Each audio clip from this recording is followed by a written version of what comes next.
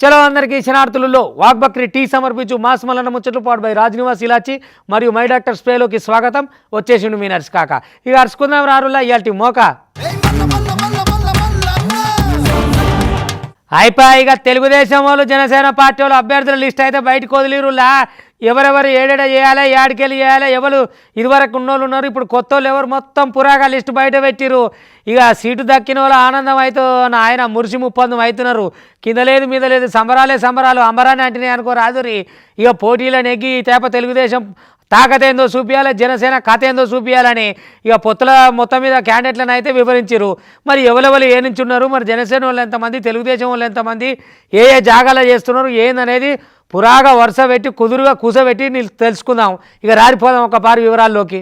2024 ఎలక్షన్లల్లో పోటీ చేసే టీడీపీ జనసేన పార్టీల ఉమ్మడి అభ్యర్థుల తొలుత జాబితా విడుదలైందులో టీడీపీ అధినేత నారా చంద్రబాబు నాయుడు, జనసేన అధ్యక్షుడు పవన్ కళ్యాణ్ ఒకటే వేదిక మీద నుంచెల్లి ఉమ్మడి అభ్యర్థులను ప్రకటించిండ్రు. తొలి విడతల 94 జాగాలలో పోటీ చేసే టీడీపీ అభ్యర్థుల పేర్లను చంద్రబాబు ప్రకటించిండు. ఏవైతే నిర్ణయించుకున్నామో ఆ నిర్ణయం ప్రకారం తెలుగుదేశం పార్టీ అభ్యర్థులు ఎంపిక చేస్తాం. అదే మరిగా జనసేన అభ్యర్థుల్ని పవన్ కళ్యాణ్ గారు ఎంపిక చేస్తారు.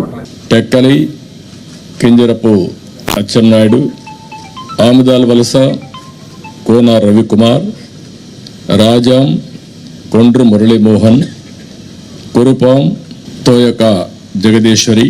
ఇక ఇంకో roku తాము ఎన్నిక స్థానాలలో పోటీ చేస్తున్న దాని మీద జనసేన అధినేత పవన్ కళ్యాణ్ క్లారిటీ ఇచ్చిండు. పొత్తుల భాగంగా 24 అసెంబ్లీ స్థానాలు, 3 లోక్సభ స్థానాలలో పోటీ చేస్తున్నట్లు ప్రకటించిండ్రుల. మొత్తం మీద ఇక భాగంగా 5 అసెంబ్లీ స్థానాలకు అభ్యర్థులను పవన్ ప్రకటించిండు. మొత్తం 2 పార్టీలు కలిపి 99 మంది అభ్యర్థులను ప్రకటించిండ్రులో 24 స్థానాలు, 3 పార్లమెంట్లు ఫిక్స్ అయిపోయాం. అలాగే 24 స్థానాలు కనిపిస్తున్నాయి, కానీ జనసేనకి మనం చూడాల్సింది 3 పార్లమెంట్లో ఇంకొక అదనంగా ఇంకొక 18 నుంచి 20 దాకా స్థానాలు అధికంగా యాడ్ అవుతాయి. సో దాదాపు ఒకలా చూస్తే జనసేన అందరూ అనుకున్నట్టుగా ఒక 40 స్థానాల్లో పోటీ చేస్తున్నట్టు లెక్క, 3 పార్లమెంట్తో కలుపుకొని. టీడీపీ 94 జాగాలలో, జనసేన 5 జాగాలలో అభ్యర్థులను ప్రకటించింది అనుకో రాదురి. మొత్తం మీద 2 జాబితాలు కలిపి ప్రకటించిన జాబితాల చాలా ప్రత్యేకతలున్నాయి. మొత్తం 99 మంది అభ్యర్థులు కూడా విద్యావంతులే అని చంద్రబాబు స్పష్టం చేసిండు. ఈ జాబితాలో 86 మంది పురుషులు ఉండగా 13 మంది మహిళలకు అవకాశం కల్పించిండ్రు. విద్యావంతుల జాబితా చూస్తే గిన్లా ఒక ఐఏఎస్, 2 డాక్టరేట్ చదివినోళ్ళు, ఇక 30 మంది దాకా పోస్ట్ గ్రాడ్యుయేట్స్, ఇక ఎంబీబీఎస్ చదివినోళ్ళు 3, డిగ్రీ చదివినోళ్ళు 63 మంది దాకా ఈ ఉమ్మడి జాబితాలో ఉన్నారన్నట్టు. అదే మరి యంగ్స్టర్స్ కి ఎక్కువ ప్రాధాన్యత ఇచ్చడానికి ప్రయత్నం చేస్తాం. చదువుకున్న అభ్యర్థులకు కూడా ఎక్కువ ప్రాధాన్యత ఇస్తున్నాం. అదే మరి మీరు చూస్తే ఒక 23 మంది ఫస్ట్ టైమర్స్, ఈ 94లో 23 మంది ఫస్ట్ టైం ఎమ్మెల్యేలుగా శాసనసభకు వచ్చే విధంగా వాళ్ళు కూడా ఎంపిక చేసుకున్నాం. వీళ్ళలో 3 డాక్టర్లు ఉన్నారు, రిటైర్డ్ ఐఏఎస్ ఆఫీసర్లు ఉన్నారు, విద్యావంతులు ఉన్నారు, 28 మంది పోస్ట్ గ్రాడ్యుయేట్స్ ఉన్నారు, 51 మంది గ్రాడ్యుయేట్స్ ఉన్నారు. బాగా 2 అయితే పిహెచ్డి కూడా ఉన్నారు. అది చూసిరు కదా. ఏదేమైనా సరే ఆంధ్రప్రదేశ్ ను అభివృద్ధి దిశగా నడిపించాలని చెప్పి రాష్ట్ర బంగారు భవిష్యత్తు కోసము టీడీపీ జనసేన కలిసినమని పవన్ కళ్యాణ్ సారు మల్లోత్యాప స్పష్టం చేసిండులా. ఇక పొత్తుకు బీజేపీ ఆశీస్సులు కూడా ఉన్నాయని క్లారిటీ ఇచ్చిండు. అధికార పార్టీ చేస్తున్న విమర్శలకు ఇక తెరదించిండనుకో రాదురి. మొత్తం మీద ఈ అలయన్స్ బలంగా ఉండాలి, టీడీపీ జనసేన అలయన్స్ బలంగా ఉండాలి అంటే నేను కూడా ప్రత్యేకించి భారతీయ జనతా పార్టీని దృష్టిలో పెట్టుకొని కూడా నా సీట్లని కుదించుకోవడం జరిగింది. వైసీపీ దుష్ట పన్నాగాల పని ఏదన్నా ఎలాంటి విభేదాలు సృష్టించినా వాటిని మేమందరం సమర్థవంతంగా ఎదుర్కోవడానికి, కలిసికట్టుగా ఎదుర్కోవడానికి మేము పూర్తి సంసిద్ధతతో ఉన్నాం. ఆయన సిద్ధమని చావగొడతా ఉన్నారు. బాబు నీకు యుద్ధం ఇస్తాం, నీకు అది ఎలా ఎందుకు యుద్ధం చేస్తామంటే ప్రజలు తిరిగి ఆంధ్రప్రదేశ్ని గాడిలో పెట్టడానికి యుద్ధం చేస్తాం నీకు. అయితే మనస్ఫూర్తిగా ప్రజలందరికీ కూడా చాలా శుభదినం. మనం ప్రభుత్వాన్ని స్థాపిస్తున్నాం, మనం గెలుస్తున్నాం. ఇక తొలుత జాబితా విడుదల సందర్భంగా మాట్లాడిన టీడీపీ అధినేత చంద్రబాబు నాయుడు టీడీపీ జనసేన పొత్తు ఖరారైనప్పుడే గెలుపు ఖాయమైందని చెప్పుకొచ్చిండులా. ఇక ఈ గెలుపు మీద మాకు ఎసొంటి అనుమానాలు కూడా లేవు, ఇక పక్కాగా గెలుచుడే, ఇక గాలిపంక పార్టీ రెక్కలు ఈసుడే అని గీ తీరుగా చెప్పుకొచ్చిర్రు. ఏదేమైనా అభివృద్ధి కావాలా, జనాలకు మంచి జరగాల అని చెప్పి గీ తీరుగా చెప్పిండ్రులా. ఇగో చూడు బై, చీకట్ల మాట్లాడుకున్నాడు, లోపల ఒప్పించుకున్నాడు, లేకపోతే సాటుగా మాట్లాడు, సందులో ముచ్చట్లు పెట్టుడు. ఈ కారు పార్టీ వాళ్ళకు, కాంగ్రెస్ పార్టీ వాళ్ళకు ఇట్లాంటి కథలు నడుస్తాయి. మేమేంది కమలం పార్టీ వాళ్ళం, ఏదున్నా ముక్కు సూటిగా పోతాం, మా కథ ఏందో మా తాకత ఏందో జనాలలో చూపిస్తాం, మా మాటలలో చెప్పం. ఊకనే సాటుగా పోయి సరసాలాడి నేటుంగా వచ్చిరాని ముచ్చట్లు చెప్పి గిసోంటివన్నీ కారు పార్టీ వాళ్ళు, కాంగ్రెస్ పార్టీ వాళ్ళు చేస్తారు.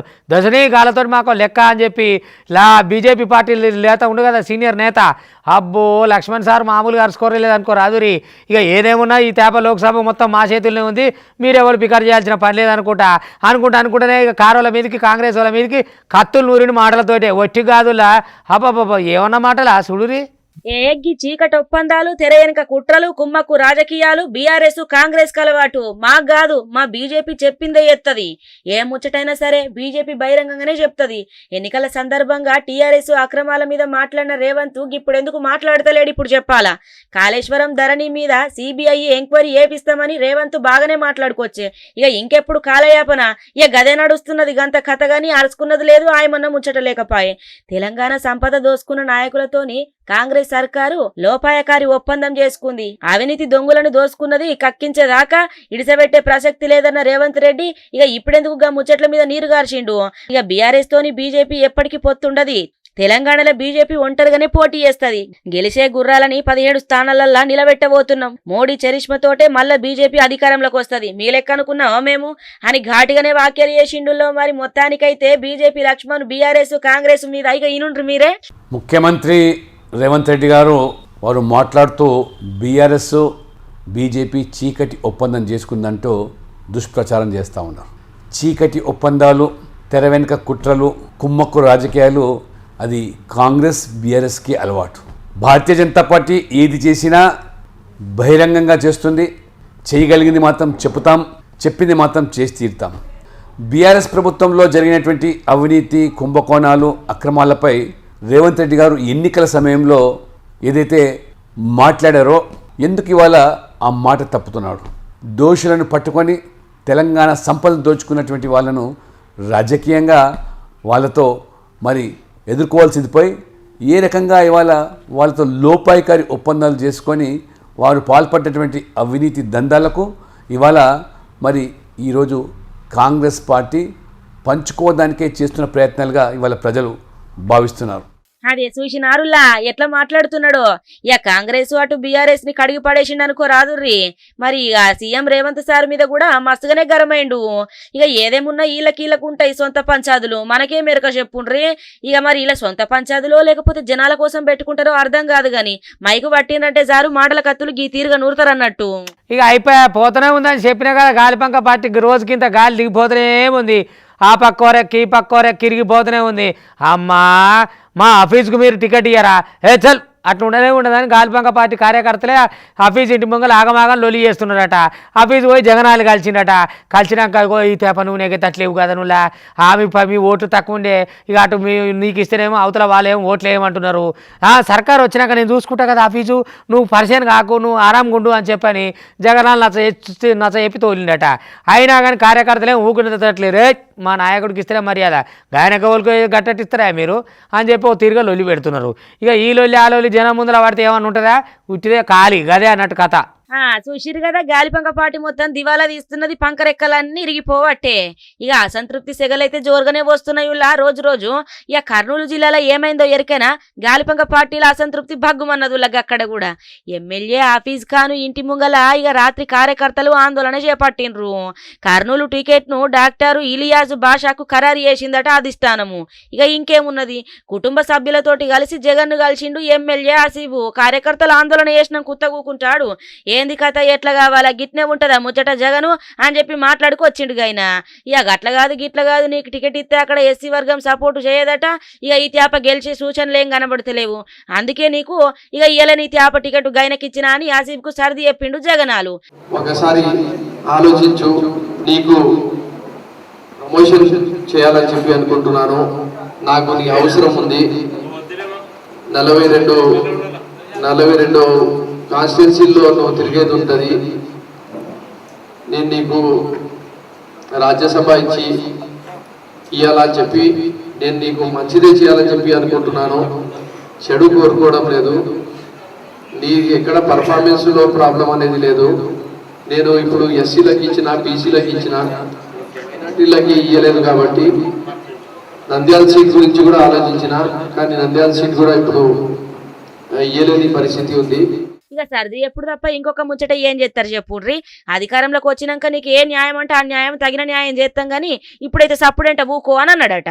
ఇంకేమున్నది, సీఎం జగనాలు టికెట్ ఇయ్యకపోవడంతోటి ఎమ్మెల్యే వర్గంలో ఆందోళన పెద్దగానే అయ్యిందుల్లా.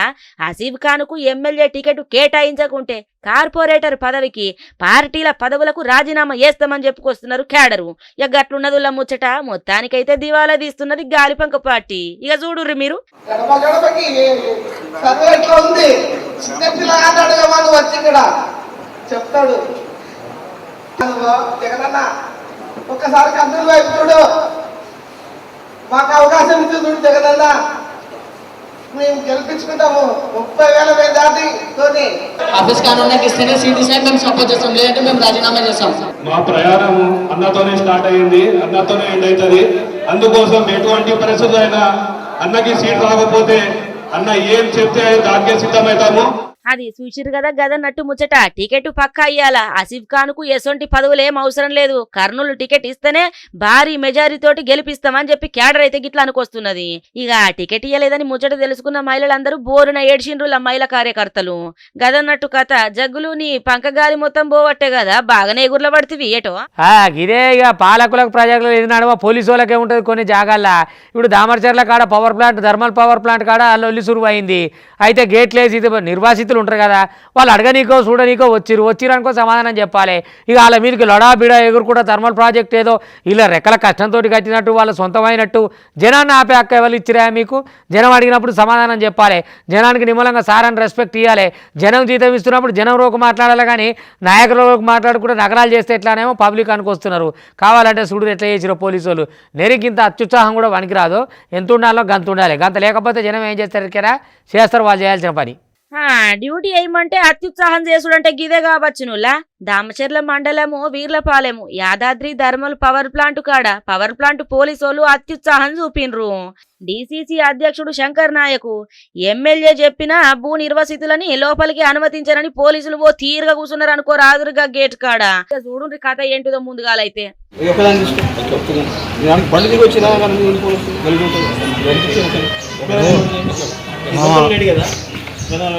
సారీ ఇప్పుడు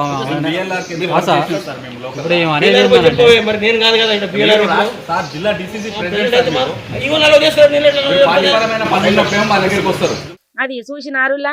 ఇక మరి జనాలు ఇచ్చే జీతాలు తీసుకుంటా జనాల కొరకు పని చేయకపోతే లెవెల్ కోసం పని చేస్తారు చెప్పుర్రు పోలీసు వాళ్ళు. ఇక ఒక్కొక్క జాగాలలో గిసొంటి పనులు చేసే మొత్తానికైతే కోపం తెప్పించుకుంటున్నారు. ఏదనుంటే అధికారులు వాళ్ళు చూసుకుంటారు, కానీ మీరు చేసే పని మీరు చేయాలా కదా.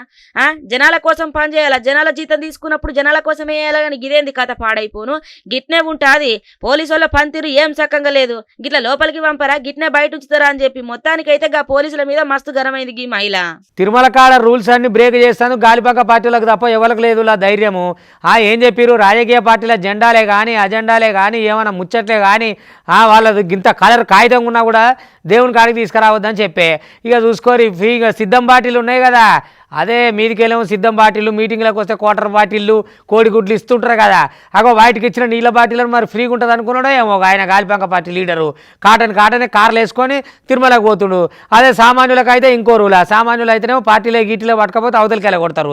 మరి వీళ్ళని ఎందుకు వెళ్ళగొట్టరు? బాటిల్ అలౌడ్ చేస్తారా? ఎట్లా లెక్క ఏం సంగతి? అయినా మీ పార్టీ బొమ్మలు ఉన్నాయి, మీ మీటింగ్ బొమ్మలు ఉన్నాయి, తీసుకొని పోతే ఏం లెక్కనే? అంటే మీకో లెక్క జనాలకో లెక్క ఉంటుందా? ఏ తరిక తప్పిన తడకలంటే అరే ఈ ఏడల్లో తిరుపతిలో రూల్ బ్రేక్ చేయాలంటే మటుకు వీళ్ళు మునగాళ్ళు అయిపోయారు. చూడుర్రి నీళ్ళ బాటిల్ మీకు ఏమైనా చుట్టం దేవుడు ఎట్లా? మీ పార్టీది ఎట్లా కొంట పోతారు మీరు? వేరే పార్టీలు కొనుక్కపోతారు. అంత కక్కుర్తా పార్టీ అధికారంలో ఉండి మంచినీళ్ళకి ఎందుకు రాజకీయ ప్రచారాలు? వీళ్ళ చక్కదనం పాడైపోను గింత అన్నాలం ఉంటదా అనుల్లా? సర్కారు బండ్ అయితే తనిఖీలు చేయొద్దా చెప్పుండ్రి? సామాన్య భక్తులకు ఒక తీరుగుంటది, సర్కారు పెద్దలకు ఇంకొక తీరుగా నిబంధనలు ఉంటాయా? గింత అన్నాలం ఉంటదా? పవిత్ర పుణ్యక్షేత్రంలా ఎప్పుడు చూసినా గిట్ల నిబంధనలను మొత్తం ఉల్లంఘించుకుంటానే వస్తున్నారు గాలిపంక పార్టీ నేతలు.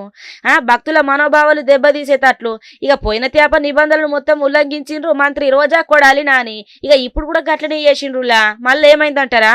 శ్రీవారి ఆలయం కాడ ప్రత్యక్షమైన యుల్లా గాలిపంక పార్టీల సిద్ధం స్టిక్కర్లతో ఉన్న ప్లాస్టిక్ బాటిళ్లు అవి అక్కడ నిషేధమేనాయే రానే రావద్దు గసంటి ప్లాస్టిక్ ఎట్లా వాటికత్తారు చెప్పుండ్రి? అంటే అధికారంలో ఉన్నోళ్ళకి ఒక తీరుగుంటది, సామాన్య భక్తులకు ఒక తీరుగుంటదా? గింత అన్నాలం ఉంటదా చెప్పుండ్రి? టీటీడీ నిబంధనలను విస్మరించి సిద్ధం వాటిర్ బాటిళ్లను తిరుమలకు తీసుకొచ్చిండు రాష్ట్ర వ్యవసాయ శాఖ ప్రధాన సలహాదారుడు. ఇక రాజకీయ పార్టీ గుర్తులు, జెండాలు, స్టిక్కర్లు తిరుమలకు నిషేధము. ఇక పర్యావరణ పరిరక్షణలో భాగంగా ప్లాస్టిక్ బాటిళ్లను నిషేధించింది టీటీడీ. మరి అక్కడ నిషేధం అన్నప్పుడు ఎట్లా తీసుకొస్తారు చెప్పు? అధికారమే మా చేతిలో ఉన్నది, మమ్మల్ని ఎవరు అనేటోళ్ళు ఉన్నారు? ఎవ్వలన్నారు? మేము ఆడిందే ఆట పాడిందే పాట అని గాలిపంక పాటోళ్ళ తీరు గిట్లున్నదోళ్ళ. మొత్తానికైతే ఈ ముచ్చట మీద మస్తుగా గరమైతున్నారు ముచ్చట తెలిసిన పబ్లిక్ అంతా. ఇక గివులా ఇవాటి వాక్ బక్రీ టీ సమర్పించు మాసమల్లన్న ముచ్చట్లు పాడ్ బై రాజ్ ఇలాచి మరియు మై డాక్టర్ స్ప్రే. చూస్తూనే ఉండరు మళ్ళీ రేపు ఇది వరదాకా మీ TV5 ఇగుంటా.